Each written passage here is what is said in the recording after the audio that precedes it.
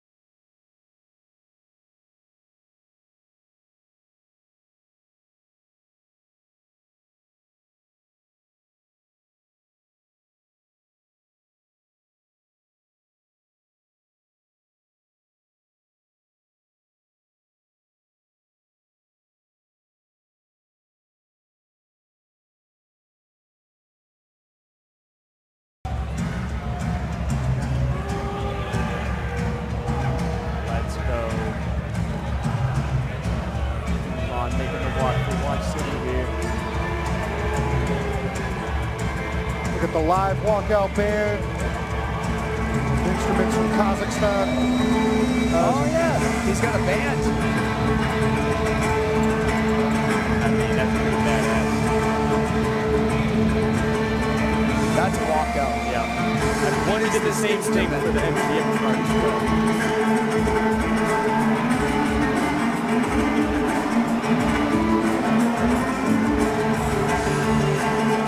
Repping the Kazakh flag, Kazakhstan's Ulan Ryspayev relocated. Any guy that fights from a country that ends in stand is immediately tough. Look out! Anyone, look it up. It immediately sets you apart from wherever else in the world you may be from. Absolutely. And he's got some good experience. He's had a submission victory and a TKO victory as well. So he's well-rounded. He's tasted defeat, so he's been down that path too and learned, I'm sure, from those losses. And he's coming in hungry. And both of them are no strangers to phone booth fighting in the trenches against each other. They're gonna meet in the middle and really clash. They have a similar approach to how they want to meet in the middle and throw hands. You saw him fighting in Boston. And get a dynamic performance where he was just on point with his jab all night, mixing things up tremendously, and got a big win early in this fight. Now we're going to a smaller stage. But back to our home base, his first fight in Plymouth Memorial Hall. Though it might not be as large of a venue as MGM Boston, there's a certain air in this building that he is not accustomed to. So we'll see how he deals with the shift in atmosphere. But we know one thing's for sure. He's from Kazakhstan. He's born to fight. He's not going to be deterred by any crowd or any hometown favoritism that might be in Mark McKay's corner here. He seems to be in great shape, too, coming in here. Oh, yeah. Don't you love that two guys that are willing to sit in the phone booth? It's not always fun. No, it's the best, man. At least for spectator guys, right? I don't know how they're going to feel in the morning, but for us, I love it. But yeah, as we're talking about both guys, they both treat this career like a true professional in the amateur ranks.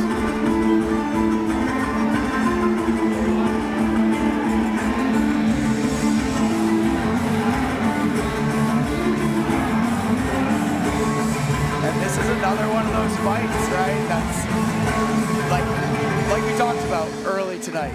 All these fights are exciting. Oh, yeah. Like, this is a high-level amateur fight, and these guys are about to put on a show. You got the crowds involved, right? Each guy seems to have a good fan base here tonight, too. They're already going back and forth. Got the country pride involved as well. I mean, Mark McKay walking out with the American flag, Ulan walking out with his respectively as well. Yes. They like to call Mark McKay Unsure like exactly the what American the bad holdup boy is. here.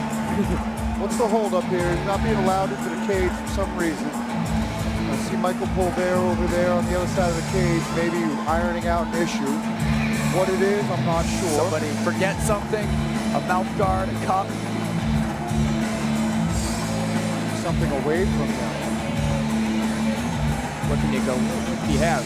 Could be, let's see, I'm trying to look at his gloves, see if he's got the right gloves on. He looks to have amateur mediums on. What, Those are yeah, amateur what else gloves. could you could be like, oh, sorry, I forgot I had that on me. Maybe like an ankle sleeve or something? Maybe, yeah. Unsure of what the delay was, but nonetheless, here we go. Fighters, just make sure you have your cup, your mouth guard, and your shorts. Be good to go. And your gloves. High-level stuff here. A moment being taken here from Ulan Ryspayev as we await our tail of the tape. Brought to you by Coops Bar and Grill. Yes, sir. This tail of the tape for this lightweight fight. Mark McKay, 21 years old, a younger man. Ulan Ryspayev at 25.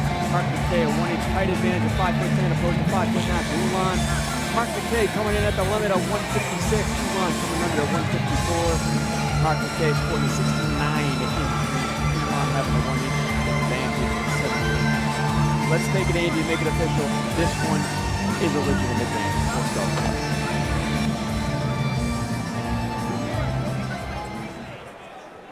Ladies and gentlemen, prepare yourselves for the next fight of the evening, brought to you by Second Wind Brewery. And now, for an amateur lightweight fight scheduled for 3 rounds, 3 minutes apiece. Introducing to you first, in the red corner, holding an undefeated amateur mixed martial arts record of 2-0. He stands 5 foot 10 inches tall, and he weighed in at 156 pounds.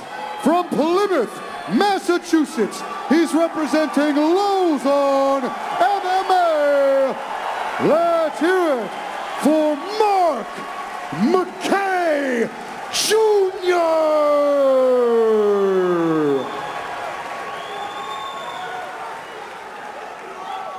And now, introducing his opponent, standing across from him in the blue corner, with an amateur mixed martial arts record of 2-2. He stands 5 foot 9 inches tall, and he weighed in at 154 pounds. From Woburn, Massachusetts, by way of Astana, Kazakhstan, he's representing Watch City MMA.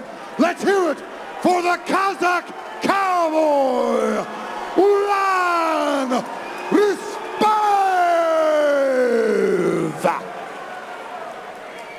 And when the action begins, our referee in charge of this fight is Steve Rita. All right, we got McKay in the black and gold. We got Ryspayev in the white, little camo. Man, they started dropping the booze on Ulan Ryspayev, and he just smiled, nodded, and now he's focused in the middle.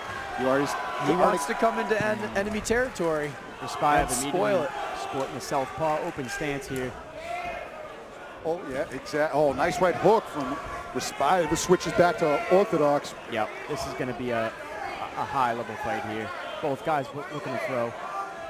Yeah, Mark already winging a few punches. Both guys measured. And both guys right at the cusp of taking on the winner of the next fight, which is for the vacant lightweight championship between Andre Carbonneau and Mike Jolicoeur. Be interesting to see how often Ryspayev switches stances, and there he goes again. Yep. That could be tricky to deal with. He likes switching to southpaw and chucking that lead leg up. Yeah, and he's trying to sneak that right hand over McKay's lead hand. You see him hand fighting there, and then he tries to sneak it over the top like that. You know what's nice is when you have that open stance with a righty and a southpaw here, right? A lot of the time people like to go to the outside. Oh! A little bit of a trip. A lot of the time a fighter likes to go to the outside to land their shots, but Mark's going right in the inside with his dirty inside boxing. I like that. Ends up on his back. Double leg right into side control for Ryspayev. He now sneaks up the back. Yep. Gives his back up though. Yeah, sometimes you gotta have to do that to use the cage to get up. It's kind of like a calculated risk. Absolutely. You see him No try matter to break off. No matter what, you're giving something up in order to gain something in a fight. So McKay back up to his feet, Ryspayev on the back, but that's the trade-off. Big lift out of Ryspayev. Mark McKay right up to his feet. Nice turn. There he goes. And there was the risk. Give up your back and pop out and elevate and circle out of that clinch. I like the aggression out of Mark to not let him settle, but he was also very aware of the counter hook from Ryspayev as well. Yeah, he put the pressure right back on. I think that's important. Oh, big right hand out of Mark McKay.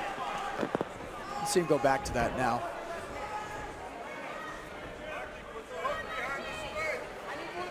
Oh, Big shot! Right hand drops him.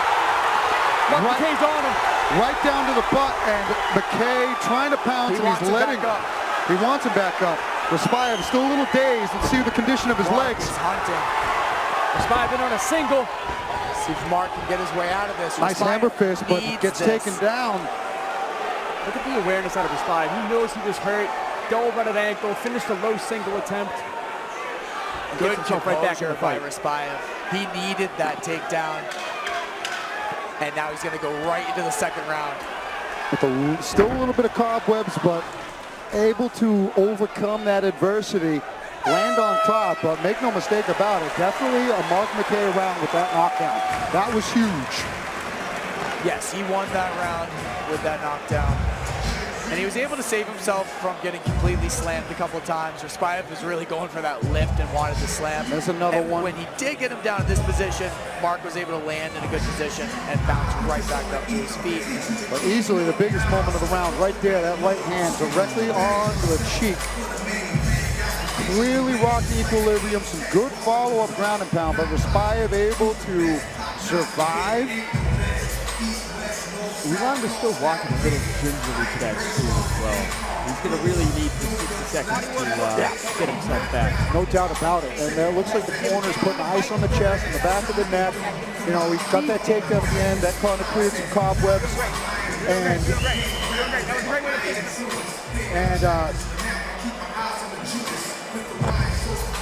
the seconds are out. About to get into the second round here. Ryspayev's had about 90+ seconds now to recover. But it's hard to say. He still could be hurt a little bit here. And now he's aware of McKay's power.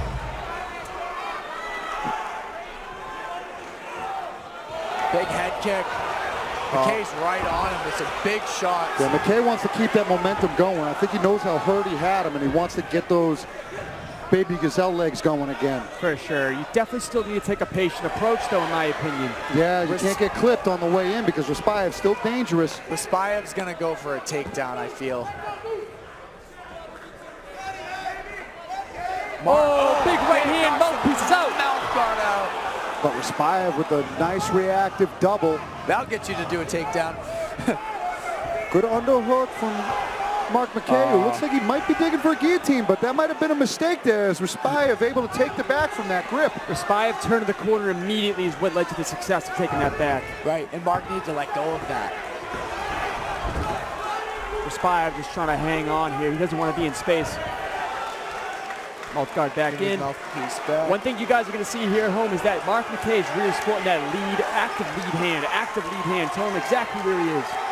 And he's waiting to throw that big right hand. It's coming.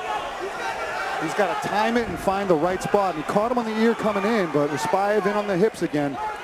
Not surprised to see Ryspayev trying to wrestle a little bit more now after eating all those big shots. He's still hurt. Yeah, he's still dazed. You can see it in his eyes. Oh, yeah. You can see it in the way he's kind of wobbling back, and he wants to keep that. He either wants to be completely out or in on the hips. He does not want to be in striking range right now. But the longer McKay lays off the gas, the longer Ryspayev has to recover, and the less these become desperation shots and more tactical. So though McKay is healthily ahead on the scorecards, easily ahead on the damage done, can't let off the gas against someone as dangerous as Ryspayev. Another big right hand. Trips him up. It's a big reason why. Big right hand from McKay, but even still, Ryspayev able to find an awkward takedown. Whatever works, right, at this point. There's another one, another awkward trip. Ryspayev needs to capitalize when he gets these mat returns. Clambering the body a little bit once he gets him there. Good balance from McKay, who's doing an incredible job of getting back to his feet every time he does hit the mat. Another big lift. Now, how much energy is this taken from Ryspayev, though, to constantly bring him back to the mat? Those are big lifts, yeah. Right? It's like every time you lift a grown man up in the air, it's like doing a big Olympic lift in the gym. It takes a lot out of you. It taxes your central nervous system, gets you tired. And if I'm being fair, this round is a lot closer than round one. That knockdown cemented it for Mark McKay. Though McKay knocked the mouthpiece out, that's not the same as a knockdown. And Ryspayev has implemented a lot of control in the second half of this round, so much more subjective round here in round two. The mouth guard's a good visual, right? But sometimes maybe the guy just has his mouth open a little. It was a nice shot, no doubt.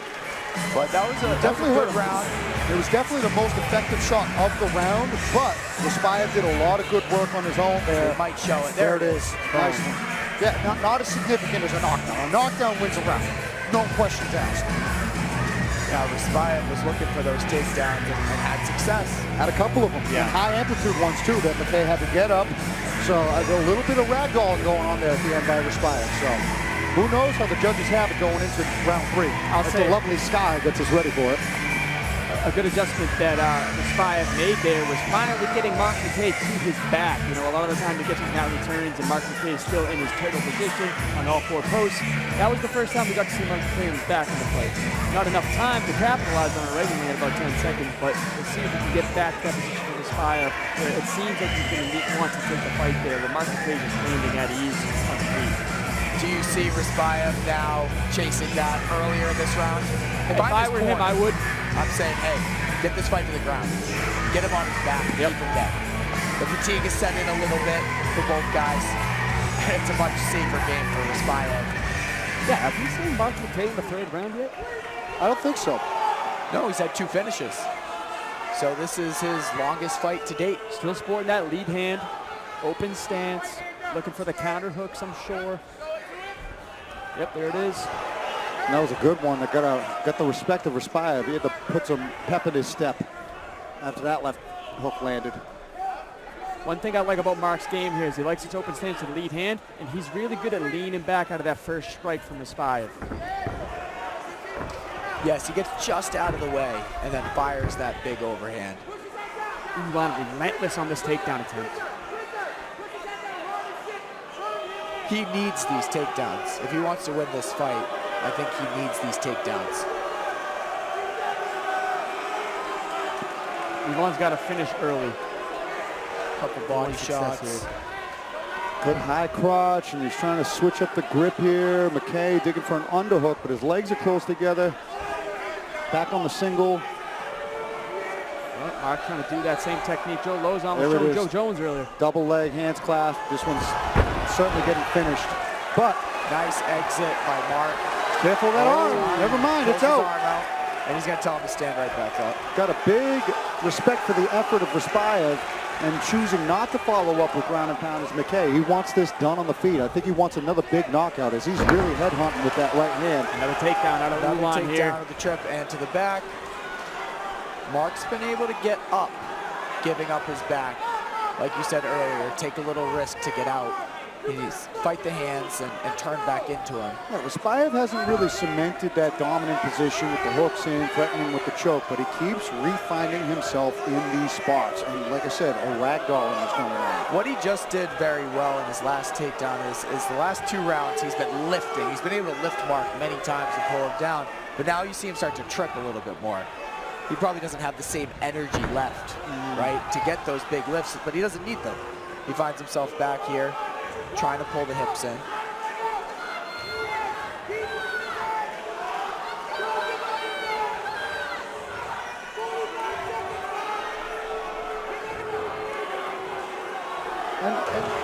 Exhausting pace from both guys here.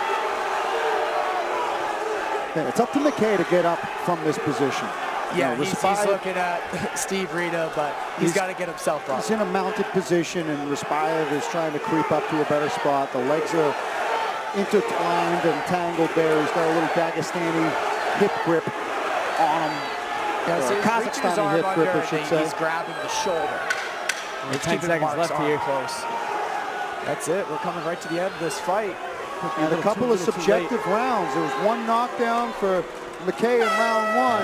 Round 2 and 3 could be up in the air. We have no idea where the judges are going to look at this. You got to give Ryspayev this round. He was on top. Constantly looking for the takedowns, but round 1 and 2 could have gone to McKay.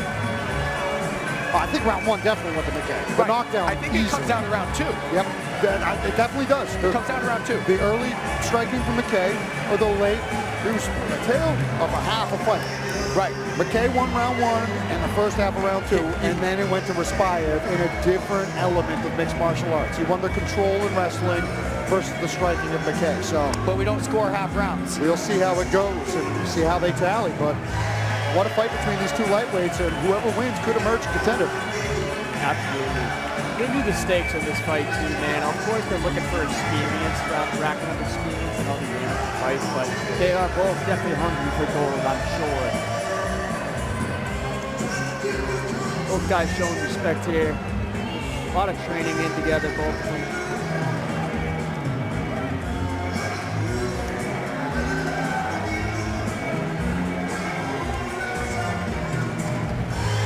See what the judges say. I enjoy watching both these guys fight in their past fights. Here's Andy. Yeah, they always come put on a great show.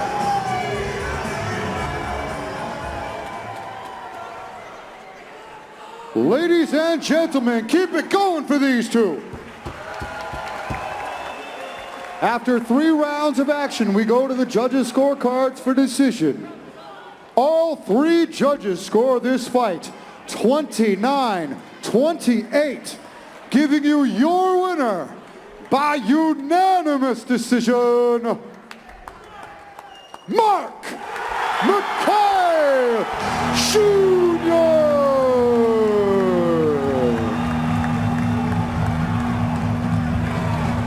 Mark McKay getting it done. Unanimous decision.